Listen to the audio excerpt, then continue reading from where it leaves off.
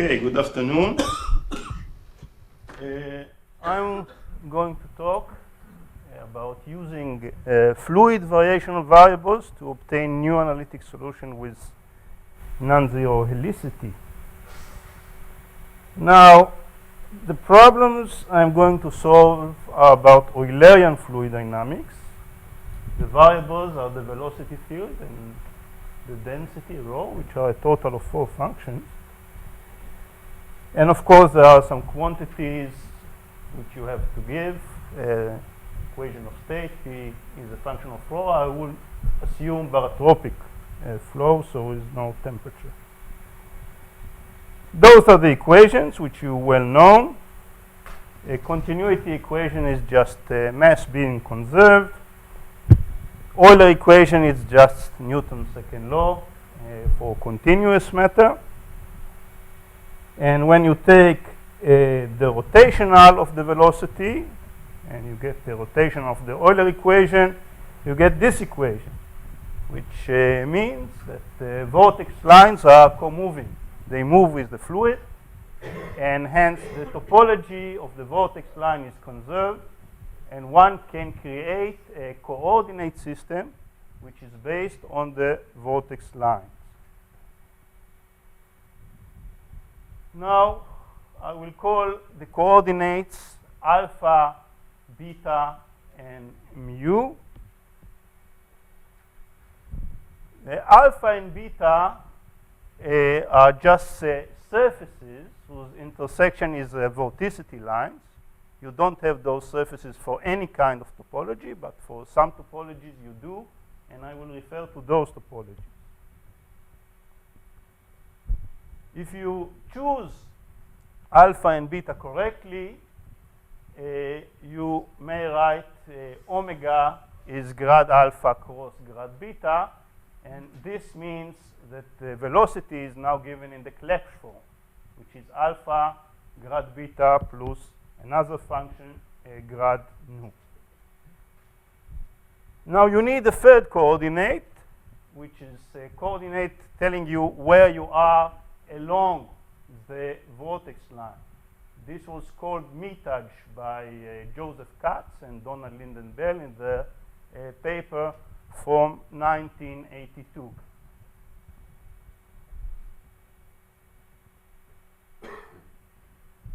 So you have some equations defining this metage, and it's co-moving, so the material derivative is 0. And also you see that the density is just grad mu dot with the vorticity. In other words, the density is just the Jacobian with respect to those 3 coordinates, alpha, beta, and mu. Now, we all learned about helicity from Moffat's paper from 1969, the degree of knottedness of tangled vortex lines. Let's see how helicity looks in the coordinate I just introduced. So you dot omega with V, the alpha grad beta part goes away, and you get grad alpha cross grad beta dot with grad nu. Grad nu you write again in terms of the coordinate system, and you plug it in. The first 2 terms contribute absolutely nothing, and you are left with the third term, and you get omega dot v as a partial derivative of nu with respect to mu times the Jacobian. You plug it into the helicity, which is just the integral, and you use the well-known properties of the Jacobian, and you get that the helicity is the integral of the partial derivative of nu with respect to mu, integral with respect to all those coordinates, the mu, the alpha, the beta. Let's look at just one vortex line. Remember that alpha and beta are labels that label the vortex line, so we look at one of those, and we do the calculation along this vortex line. And what we see is that if nu is a nice continuous function, then we get absolutely nothing. But if nu is discontinuous, it's a multi-valued function like an angle, then we get the discontinuity as a result of this integral, and you plug it in, and you get a formula for the helicity in terms of the discontinuity of nu. So, in a sense, the discontinuity of nu is the helicity per unit of vortex flux, and one can show that it's also a conserved quantity, and d nu to dt, the material derivative is 0. I will not go into the proof because I have only 20 minutes. Now, stationary flows are the ones in which the partial derivative with respect to time vanish. And in this case, the fact that alpha is co-moving can be just written as a product, scalar product of V with grad alpha. And this means that you may write V as grad alpha cross some vector K over rho. Now you take the continuity equation in the stationary case, and you take the vorticity equation in the stationary case. You put everything together, and what you get after some calculation is that you can write V as the gradient of the meterage cross gradient of alpha over rho.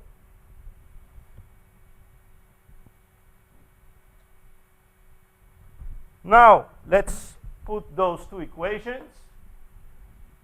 The equation we got for the velocity, the one we got for the vorticity, we cross them together, and we get that V cross omega is equal to grad alpha. So what we see is that both the velocity and vorticity vectors lie on the alpha surfaces.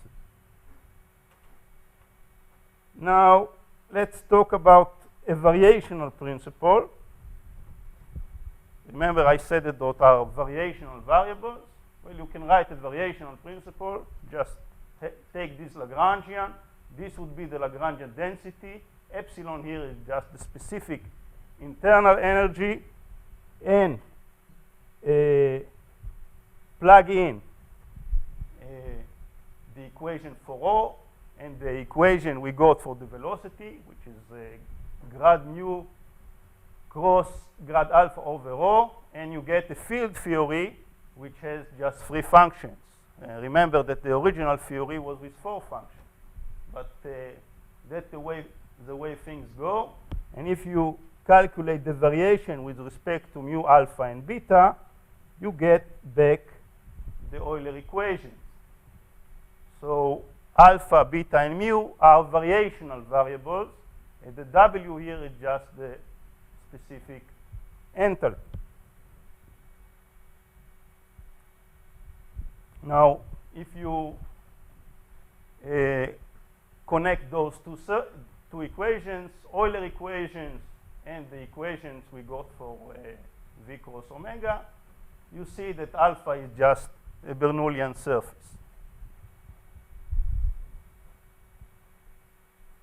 Now let's see how we get some analytical solution. Flow equations are notoriously difficult to solve analytically. They are nonlinear. They are partial differential equations.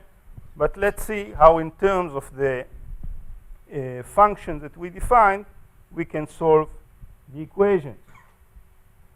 The first step, we have to choose a surface. So I will take a nice surface. I will take a torus. Okay? So I will define a coordinate system on the torus. So this is like a section of the torus. This R bar here is just the distance from this line torus. And then I'll have an angle in the short way. And I'll have also an angle phi, which goes on the long way. And then you can define unit vectors in terms of those coordinates. They are all orthogonal, fortunately, and you can form a right-handed coordinate system with them. You can also calculate the line elements in terms of those coordinates and the h factors, which you can see over here. And you can calculate all the vector operators that you would like to use, like the gradient, the divergent, the Laplacian, the rotor, everything that you like in terms of those coordinates. Now, my assumption would be that the surfaces are the Bernoullian surfaces or the alpha surfaces. The flow is confined between r equals 0 to some a. A is some number between 0 and 1. And of course, the vorticity and velocity field lay on those surfaces.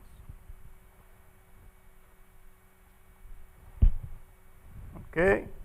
Another thing I will do, I will write the Clebsch form a little bit differently. I would take the alpha in and then take the beta out and have this form. So this would be a new function nu tilde, and v would be of this form. Now v lies on the Bernoullian surfaces, so v dot unit vector r is equal to 0. Also eta times grad alpha and phi times grad alpha, because alpha is only a function of r. All this is equal to 0. And if you just dot these equations by r, eta, and phi, you get those three expressions below, as you can see. Now, the trick is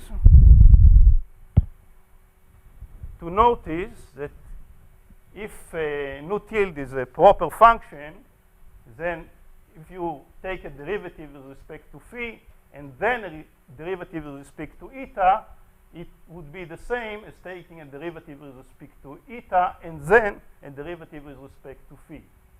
So you use this equation and plug it in, and you get this equation.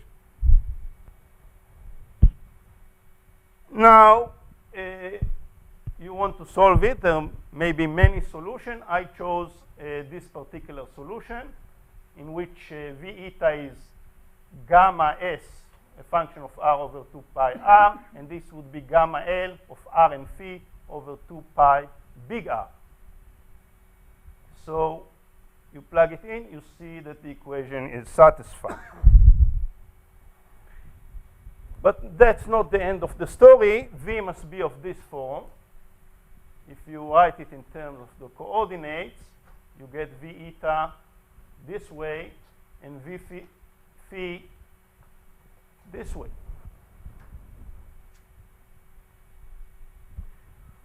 Again, mu, to be a proper function, must have commuting derivatives. And when you plug the derivative of phi of mu and the derivative of eta of mu, which I just showed you, they were over here. Just put them in, and you can, this is just a function of r, this is a function of r, and you are left with this. So now you have those equations, which you can pull some terms out, and you can guess a possible solution, which is rho is just some function g of r over big R, and gamma L is just a function of r. Now, in this stage, you can already calculate this line integral and see that those gamma L and gamma S are just circulation, which you get along the long path and along the short path. So this is what we have. Now, the solution is not over, because we have to see that this equation is satisfied. Omega r is equal to 0, of course, but if you calculate omega eta and omega phi, you get those two terms over here. Plug it in back up here, and you get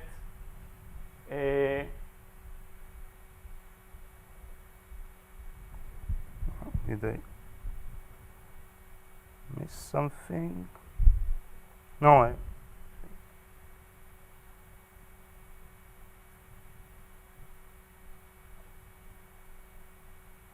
okay.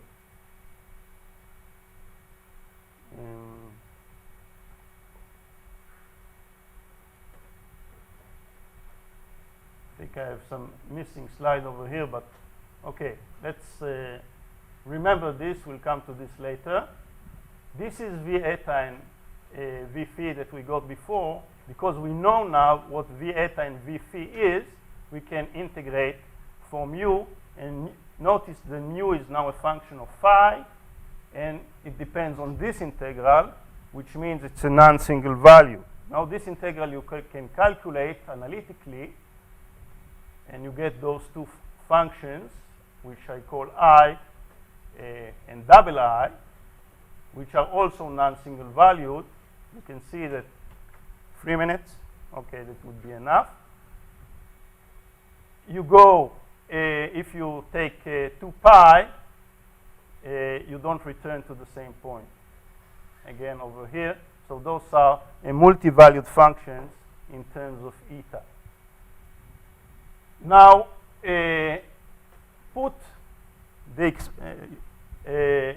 omega expressions that we got before into this equation. You can take cancel rho, and you get this form,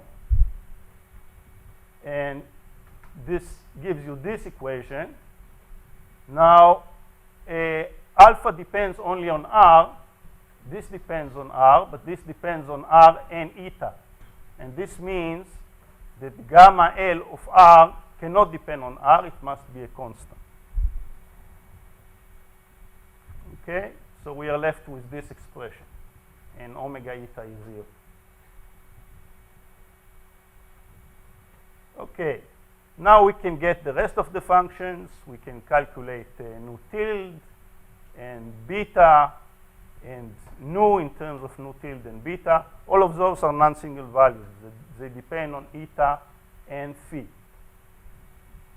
And then you can go to the dynamics equation, which is just a scalar equation, and calculate what is the potential that you need in order to sustain such a flow. It is given in terms of gamma S, gamma L, the specific enthalpy, G, and I think that's it.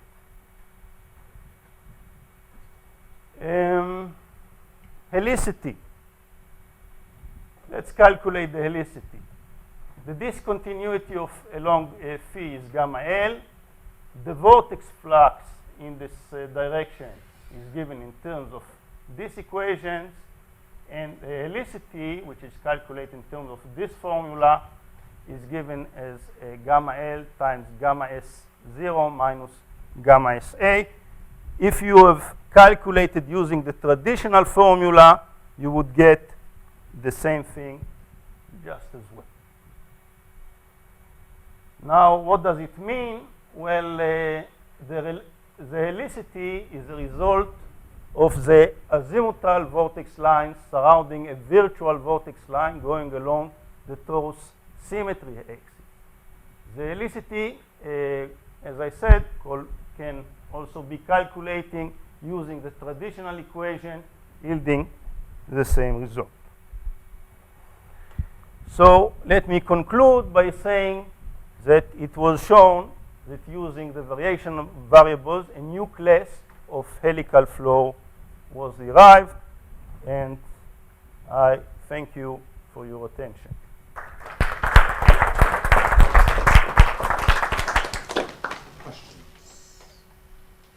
Is there any way to sort of sketch or give me a visualization of what these things look like? Or they're I mean, I'm organized by the torus, but I kind of got lost in, Okay. Let me go to the equation of V, those one.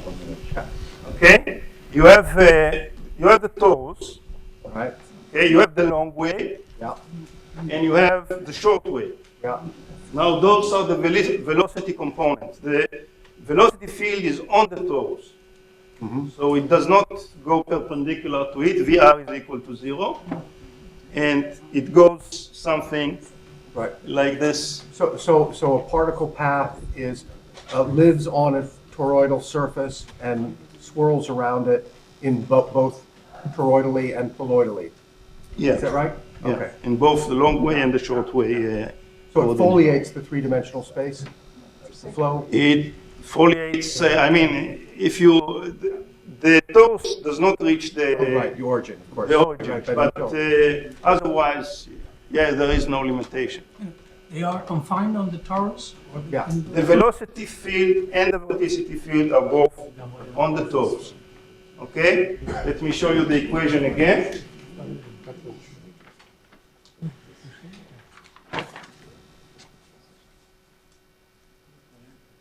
Somewhere.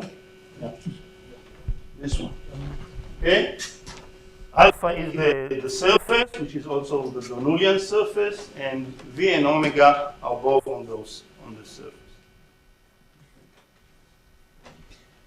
I think what you found is a beautiful generalization of what's known as the Higgs vortex for flow inside a sphere, for which the streamlines and vortex lines also lie on tori. Okay, I'm not aware of it, but 1890 something. okay, I'll have to go. Thank you. Any more questions? I just wanted to ask, has this been published? Like, what's the paper, what's the year? Well, I have submitted the paper to Keith, and you will have to refer it, or give it to somebody else to refer it. How you wrote 10 pages? Sorry? How you wrote 10 pages from so many formulas? Well, it was a challenge. It was a challenge. Any more questions? I think people are thirsty. Yes. So we thank the speakers, all the speakers.